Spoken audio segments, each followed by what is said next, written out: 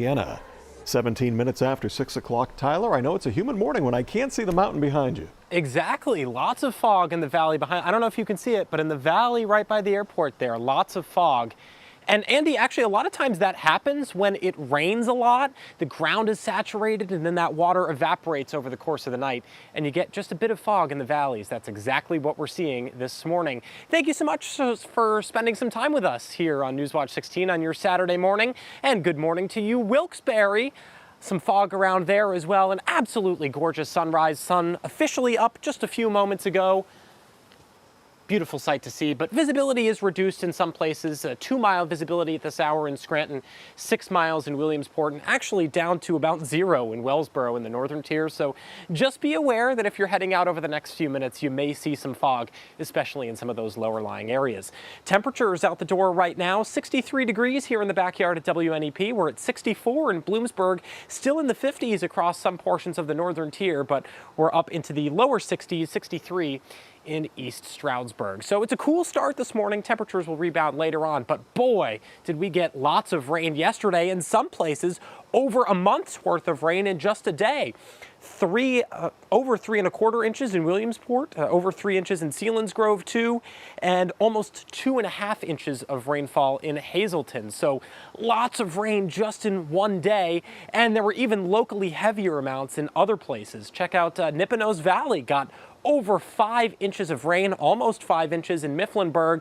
And here in the backyard at WNEP, we officially came in at 2.4 inches of rainfall through the day yesterday. So that's a lot of rainfall, and that's why we saw so many flooding reports as well.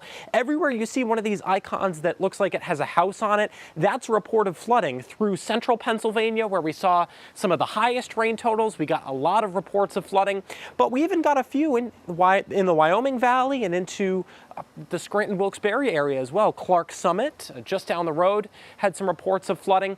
But the most severe report of flooding that we saw was in the northern tier in Westfield, where they reported catastrophic flooding in Westfield. Numerous structures and vehicles swept away, and individuals and even rescuers trapped by high water. So it just goes to show that this flooding can be a big deal, and we really hope that the community of Westfield is doing a lot better this morning.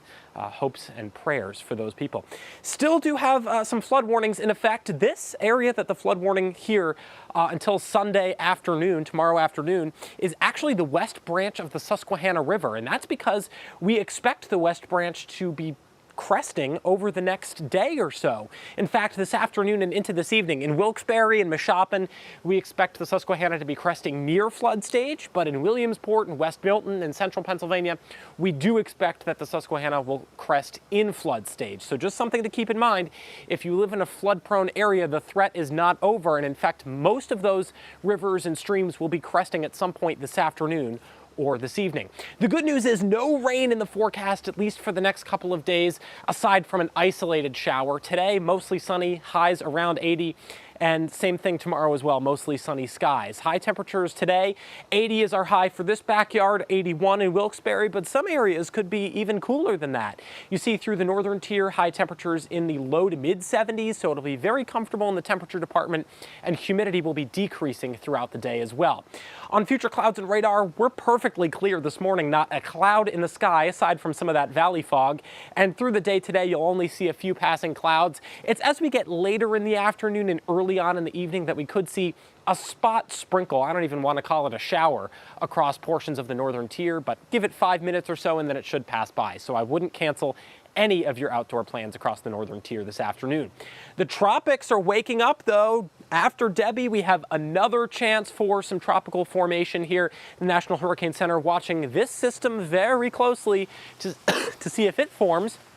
The tropical system over the next 7 days or so. We will watch it closely as well. Here in the 7-day forecast though, no weather alert days, no red on the 7-day, just a few chances for an isolated shower here or there, and temperatures around the 80-degree mark, Andy.